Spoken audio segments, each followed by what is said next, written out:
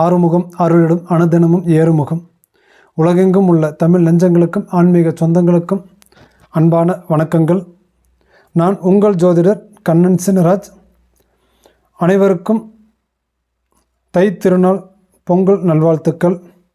இந்த பதிவில் நம்ம பார்க்கக்கூடியதுங்க, தை மாதம் 2026 ரிஷபராசி ரிஷப லக்னக்காரர்களுக்கு எந்த மாதிரியான பலன்கள் கிடைக்கப் போகுது அப்படிங்கிறத பற்றி பார்க்க போகிறோம். அப்படி பார்க்குறதுக்கு முன்னாடி நம்மளுடைய சேனலை முதலாக பார்க்கக்கூடியவங்கள இருந்தால் சப்ஸ்கிரைப் பண்ணுங்கள், பெல் பட்டனை அழுத்துங்க, ஆல் ஆப்ஷன் கொடுங்க. சரிங்களா? சரி, இப்போ இந்த தை மாதம் 2026 ரிஷப ராசிக்கு ரிஷப லக்னக்காரர்களுக்கு எந்த மாதிரியான பலன்கள் கிடைக்க போகுது அப்படின்னு சொல்லி பார்த்தோம்னா, பொதுவாக இந்த தை மாதம் ரிஷப ராசியினருக்கு தர்ம கருமாதிபதிக்கு இணையான பலன்களை கொடுக்கக்கூடிய அளவில் தான் இந்த தை மாதம் ரிஷப ராசி ரிஷப லக்னக்காரர்களுக்கு அமைஞ்சிருக்குதுங்க. சரிங்களா? அப்படின்னா எப்படிங்க, நன்மையா தீமையா அப்படின்னு சொல்லி கேட்டிங்கன்னா, ரிஷப ராசிக்கு அதிபதி சுக்கிர பகவான். ரிஷப ராசி அப்படின்னா கிருத்திகை நட்சத்திரம் 2, 3, 4 பாதமும், ரோகிணி நட்சத்திரம் 4 பாதமும், மிருகசீரிஷம் நட்சத்திரம் 1, 2 பாதமும் சேர்ந்தது தாங்க இந்த ரிஷபராசி. சரிங்களா? அப்போ இந்த ரிஷபராசிக்கு அதிபதி சுக்கிர பகவான். இந்த சுக்கிர பகவான் 1க்கும் 6க்கும் உடையவன் தான் இந்த சுக்கிர பகவான். அப்போ உங்களோட ராசியாதிபதி எங்கே போய் இருக்கிறான் இந்த மாதத்தில் அப்படின்னு சொல்லி பார்த்தோம் அப்படின்னா, ராசிக்கு 9ஆம் இடத்துல மகர ராசியில் போய் அமைஞ்சிருக்கிறாங்க. 9ஆம் இடம் அப்படிங்கிறது என்னென்னா பிதுருஸ்தானம் சொல்லி சொல்லுவாங்க. பொதுவாக இந்த 9ஆம் இடத்துல சுக்கிர பகவான் இருந்தால் நன்மையா தீமையா அப்படின்னு சொல்லி பார்த்தோம்னா, சுக்கிர பகவான் 9இல் இருந்தால் ஒரு தெய்வீக பாதுகாப்பை தரக்கூடிய ஒரு அமைப்பு அப்படின்னு சொல்லி சொல்லுவாங்க. தெய்வீக பாதுகாப்பு அமைப்பை தரக்கூடிய ஒரு யோகம் சொல்லி சொல்லுவாங்க. ஆடம்பரம் ஆபரணம் அப்படிங்கிறது உருவாக்குறதுக்கு உண்டான ஒரு கால சூழ்நிலையை உருவாக்கி கொடுக்கும் அப்படிங்கிறது தான் ஒரு பலன்கள்ங்க. அப்போ இந்த சுக்கிரன் அப்படின்னா என்னங்க, ஒரு ஆடம்பரமானவர், ஒரு அழகானவர், ஆபரணம் தங்க நகைகளுக்கு அணிகலன்களுக்கு சொந்தமானவர். சரிங்களா? அப்பேற்பட்ட ஒரு சுக்கிர பகவான் உங்களுக்கு 1க்கும் 6க்கும் உடையவன். சுக்கிர பகவான் 9ஆம் இடத்துல அமைஞ்சிருக்கிறாரு. அப்போது அந்த 9ஆம் இடத்துல சுக்கிர பகவான் தனி ஒரு மனிதராக நின்று உங்களுக்கு பலன் கொடுக்க போகிறாரா அப்படின்னு சொல்லி பார்த்தீங்கன்னா கண்டிப்பாக இல்லைங்க. அந்த இடத்துல சுக்கிர பகவானை தவிர்த்து இன்னும் 3 கிரகங்கள் வந்து பார்க்கும்போது இந்த ஒரு காலகட்டத்தில் பயணம் செய்கிறாங்க, சஞ்சாரம் செஞ்சிட்ருக்குறாங்க. அப்போ அது எந்தெந்த கிரகங்கள் அப்படின்னு சொல்லி பார்த்துக்கிட்டோம் அப்படின்னா, உங்களுடைய ரிஷபராசிக்கு 2க்கும் 5க்கும் உடையவன் புதன். 2க்கும் 5க்கும் உடையவன் புதன் தனஸ்தானாதிபதியானவனும், குடும்பஸ்தானாதிபதி கூடியவனும், வாக்குஸ்தானாதிபதி கூடியவனும், அதே மாதிரி 5ஆம் இடம் பூர்வீக ஸ்தானம் புத்திர பாக்கியாதிபதியான புதன் பகவான் 9ஆம் இடமான பிதுருஸ்தானத்தில் போய் சஞ்சாரம் செய்கிறார். சரிங்களா? அப்போ அந்த மாதிரி அந்த 9ஆம் இடத்துல புதன் பகவான் போய் சஞ்சாரம் செய்யும்போது நமக்கு எப்படி இருக்கும் அப்படின்னு சொல்லி பார்த்துட்டேன் அப்படின்னா, சில பல உடல் ரீதியான பிரச்சனைகள் கொடுக்கறதுக்கு உண்டான வாய்ப்புகள் அதிகப்படியாக இருக்குங்க. சரிங்களா? உடல் ரீதியான உடல் குன்று போகக்கூடிய அளவில், உடல் குன்று அதான் நலிந்து போகிறது. சரிங்களா? நல்லா தான் இருப்போம், ஆனால் உள்ளுக்குள்ளே என்னமோ ஒரு மாதிரி இருக்கிற மாதிரி இருக்கும் அப்படிங்கிறத பற்றி சொல்லலாங்க. அப்போது 2க்கும் 5க்கும் உடையவன் தனஸ்தானாதிபதியும் பூர்வீக பூர்வ புண்ணிய புத்திர ஸ்தானாதிபதியும் 9ஆம் இடத்துல போய் சஞ்சாரம் செய்கிறாங்க. சரிங்களா?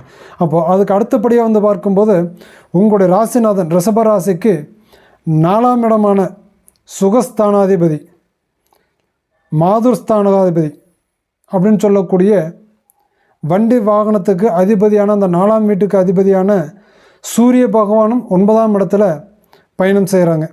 அப்போ சூரிய பகவான் 9இல் பயணம் செய்தால் நன்மையா தீமையா அப்படின்னு சொல்லி பார்த்தோன்னா, அப்போ 9ஆம் இடத்தில் இருக்கக்கூடிய சூரிய பகவான் ஆபத்து கொடுக்கும். நம்மளுடைய மனசுக்குள்ளே ஒரு தாழ்வு மனப்பான்மையை ஏற்படுத்தும். நமக்கு நன்மையை ஏற்படுத்துமா அப்படின்னு சொல்லி பார்த்தோம்னா கட்டாயமாக இல்லை. சரிங்களா? அப்போ அந்த 9ஆம் இடம் அப்படிங்கிறது என்ன, பிதுருஸ்தானாதிபதி. சூரியன் அந்த பிதுருஸ்தானாதிபதியில் போய் நிற்கும்போது என்ன பண்ணுவோம் அப்படின்னா, ஒன்று அப்பாவுக்கோ அல்லது ரிஷப ராசிக்காரர்களுக்கோ கண்டிப்பாக உடல் ரீதியான பிரச்சனைகளை கொடுக்கும், ஆபத்துகளை ஏற்படுத்தும், தாழ்வு மனப்பான்மையை கொடுக்கும். ஆனால் அதே சூரிய பகவான் இன்னொன்றையும் செய்யும். உங்களுடைய தகப்பனார் அப்பாவுக்கு மிகப்பெரிய ஒரு பவரை கொடுக்கும். இதுக்கு முன்னாடி சாந்தமாக இருந்தாருங்க, போன மாதம்லாம் சாந்தமாக இருந்தாருங்க, அதுக்கு முன்னாடி வந்து பார்க்கும்போது ஒரு இருக்கிற இடம் தெரியாமல் இருந்தாருங்க எங்கள் அப்பா அப்படின்னு சொல்லி இருந்தீங்கன்னா, இந்த மாதத்தில் அவர் மட்டும்தான் அதிகாரம் படைக்கக்கூடியவராக இருப்பார். அவரோட வார்த்தைகள் வந்து பார்க்க வேகமாக இருக்கும். அவர்கிட்ட ஒரு உத்வேகத்தை நீங்கள் பார்க்கலாம். சரிங்களா? சூரிய பகவான் இந்த மாதிரி எல்லாம் செய்வார். சரிங்களா? அப்போ அதுக்கு அடுத்தபடியாக அப்படின்னு சொல்லி பார்த்துக்கிட்டிங்க அப்படின்னா, உங்களுடைய ராசிநாதனுக்கும் 7ஆம் இடத்துக்கு அதிபதியான செவ்வாய் பகவான் உங்கள் அந்த 9ஆம் இடத்துல போய் பயணம் செய்கிறாருங்க. அப்போ 7ஆம் இடம் அப்படிங்கிறது என்னங்க? கலஸ்தரஸ்தானம், நண்பர்கள் சொல்லக்கூடிய ஸ்தானாதிபதியும், உங்களுடைய ரிஷபராசிக்கு 12ஆம் இடமான விரய ஸ்தானாதிபதியும் 9ஆம் இடத்துல போய் நின்று பலன் செய்கிறாங்க. அப்போ அந்த பயணம் செய்யும்போது 9இல் இருக்கக்கூடிய செவ்வாய் பகவான் நன்மையா தீமையா அப்படின்னு சொல்லி பார்த்தோம்னா அதை 2 விதத்தில் நம்ம வந்து எடுத்துக்கலாங்க. ஒன்று, வெளியூர் வெளிநாட்டு பயணங்களை கொடுக்கறதுக்கும் அதனால் நம்ம வந்து பார்க்கும்போது ஆதாயத்தை தேடிக்கிறதுக்கும் நமக்கு ஒரு நன்மைகளை கொடுக்கும். அதே போல் வீடு நிலம் வாங்குவதற்கும் நமக்கு அசுர வேகத்துக்குண்டான நம்ம மனசில் ஒரு உத்வேகத்தை கொடுக்கும். அசுர வேகமாக நம்ம சிந்திக்க வேண்டிய அளவுக்கு இருக்கும். எப்படியாச்சும் ஒன்று வீடு வாங்கிடலாமா, இல்லை அல்லது ஒரு இடத்த வாங்கிடலாமா அப்படிங்கிறமான சிந்தனைகள் கொடுக்கறதுக்குண்டான ஒரு வாய்ப்புகளும் அந்த 9ஆம் இடத்தில் நிற்கக்கூடிய செவ்வாய் பகவானால் நமக்கு ரிஷப லக்னக்காரர்களுக்கு கொடுக்குங்க. சரிங்களா? ஆனால் அதையும் தாண்டி இன்னொரு விஷயமும் ஒன்று கொடுக்குங்க.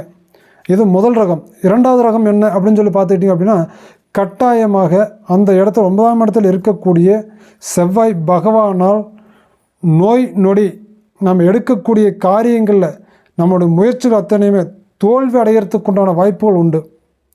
நம்முடைய பொருளாதாரம் தனம் நாச வேலை செய்கிறதுக்கும் அந்த இடத்துல அந்த செவ்வாய் பகவானால் முடியும். சரிங்களா? அப்போ அந்த நாச வேலை செய்யும் அப்படின்னு சொல்லி பார்க்கும்போது எப்படின்னா, அந்த ஒரு விஷயத்தில் இருந்து நம்ம தப்பி வெளியில் வரணும் அப்படிங்கிற மாதிரி நம்முடைய நிதானமான ஒரு அமைப்பையும் நம்ம அந்த இடத்துல வந்து பார்க்கும்போது பார்த்துக்கணுங்க. சரிங்களா? அப்போ அந்த நோயையும் நமக்கு தோல்வியும் கொடுக்கும். அப்படின்னா முதல் ரகம் என்ன பண்ணோம்னா, நம்மளோட முயற்சியில் அத்தனையுமே நம்ம மேலே கொண்டு போகும். அதை அசுர வேகத்தை கொடுக்கும் அப்படின்னு சொல்லி சொன்னோம் இல்லையா? அந்த அசுர வேகம் நம்ம எந்தளவுக்கு வேகமாக போகிறோமோ அதே அளவுக்கு நமக்கு பின் வந்து பாதிப்புகளும் அந்த செவ்வாய் பகவானால் அந்த இடத்துல நமக்கு நடக்கக்கூடிய அளவுக்கு கட்டாயமாக இருக்குதுங்க. சரிங்களா? அப்போது இது ஒவ்வொரு கிரகம் அந்த இடத்துல இருந்தால் பண்ணக்கூடிய வேலை.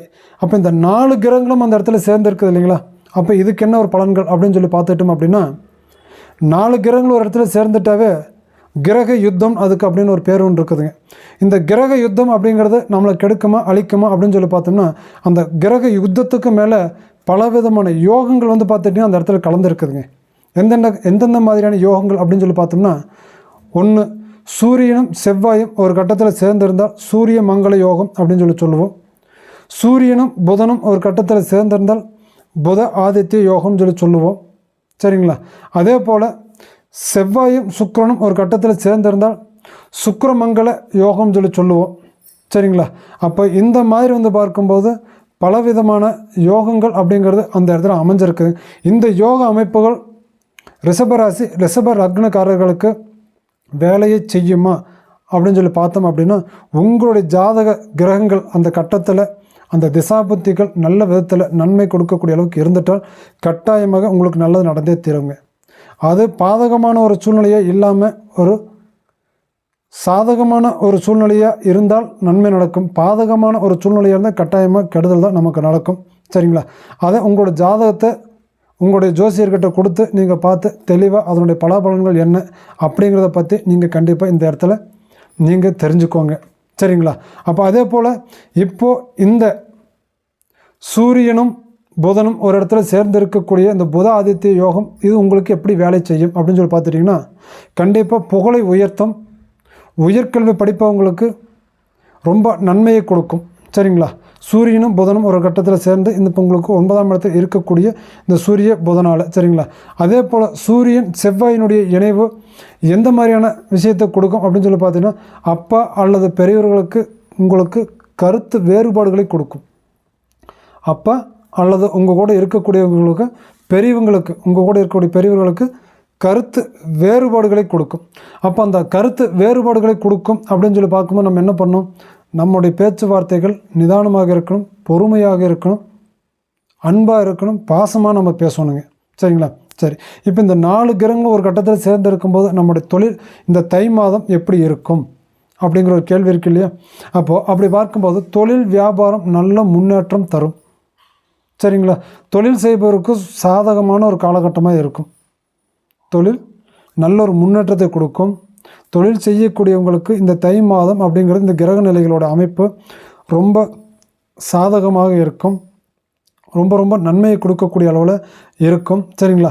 அதே போல் வந்து பார்க்கும்போது உங்களுக்கு இந்த நேரத்தில் பொருளாதாரம் எப்படி இருக்கும் அப்படின்னு சொல்லி பார்த்துக்கிட்டிங்க அப்படின்னா, ஆடம்பர பொருட்கள் அல்லது வண்டி வாகனம், சரிங்களா, வீடு வாசல் அப்படிங்கிறத வாங்கணும் அப்படிங்கிற மாதிரி ஒரு ஆடம்பர செலவுகளுக்கு நீங்கள் அதிகப்படியாக ஒரு ஆர்வத்தை காட்டுவீங்க. கட்டாயமாக வீடு வாசல் இல்லாதவங்க கண்டிப்பாக வீடு வாங்க போவீங்க. வண்டி வாகனம் இல்லாதவங்க கண்டிப்பாக வண்டி வாகனத்தை வாங்குவீங்க.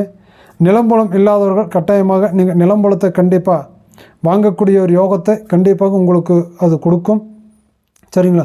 அப்போ அதே போல் வந்து பார்க்கும்போது உங்களோட குடும்பம் எப்படி இருக்கும் அப்படின்னு சொல்லி பார்த்துட்டிங்கன்னா, இந்த தை மாதத்தில் ரொம்ப மகிழ்ச்சியாக இருப்பீங்க. மகிழ்ச்சி நிறைந்த ஒரு குடும்பமாக கண்டிப்பாக உங்களுக்கு இந்த ஒரு இடத்துல கண்டிப்பாக இருக்கும். அதே போல் உங்களுக்கு திருமண யோகம் அப்படிங்கிறது எப்படி இருக்கும் அப்படின்னு சொல்லி பார்த்துக்கிட்டிங்க அப்படின்னா, திருமண யோகம் கண்டிப்பாக நினச்ச மாதிரி நடக்கிறதுக்குண்டான வாய்ப்புகள் இருக்குது. ஆனால் கொஞ்சம் ரிஸ்க் எடுக்கணும். கொஞ்சம் ரிஸ்க் எடுத்திங்கன்னா கட்டாயமாக உங்களுக்கு நன்மையை கொடுக்கும், நல்லதே நடக்கும். அதில் எந்த விதமான ஒரு மாற்று கருத்து மாற்று பலன் கண்டிப்பாக இல்லைங்க. சரிங்களா? அதுக்கு அடுத்தபடியாக ரிஷபராசி ரிஷப லக்னக்காரர்களுடைய உடல் ஆரோக்கியம் என்பது எப்படி இருக்கும் அப்படின்னு சொல்லி பார்த்தோம் அப்படின்னா, உடல் ஆரோக்கியம் அப்படின்னு சொல்லி பார்க்கும்போது இனிப்பு அல்லது எண்ணெய் பொருட்கள் அதிகமாக சாப்பிட வேண்டாம். அதை மட்டும் கொஞ்சம் குறைச்சிக்கோங்க. சரிங்களா? இனிப்பு சாப்பிட வேண்டாம், எண்ணெய் பொருள் அதிகமாக சாப்பிட வேண்டாம். அதை சாப்பிடாமல் இருந்தீங்கன்னாவே உங்கள் உடல் வந்து பார்க்கும்போது உங்களுடைய பேச்சு கேட்கும். இல்லை அப்படின்னா உடலுக்கு தேவையில்லான பிரச்சனைகள் கண்டிப்பாக நீங்கள் தேடிக்குவீங்க. சரிங்களா? இந்த ஒரு தருணம் என்பது உங்களுக்கு ஒரு நல்ல ஒரு தருணமாகத்தான் உங்களுக்கு அமைஞ்சிருக்குதுங்க. சரிங்களா?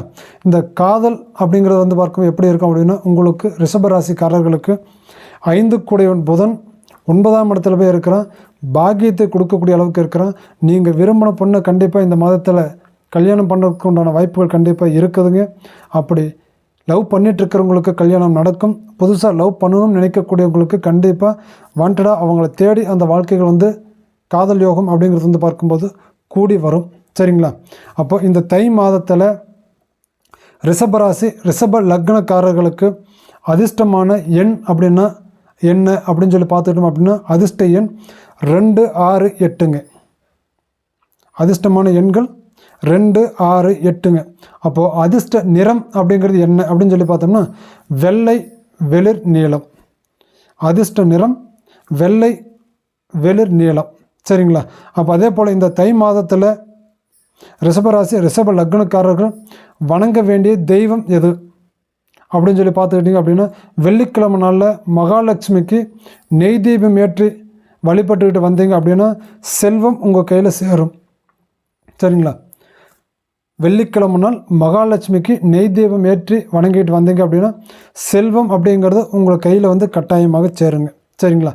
இதுதான் இந்த ரிஷபராசி ரிஷப லக்னக்காரர்களுக்கு தை மாத பலாபலன்கள்ங்க. சரிங்களா?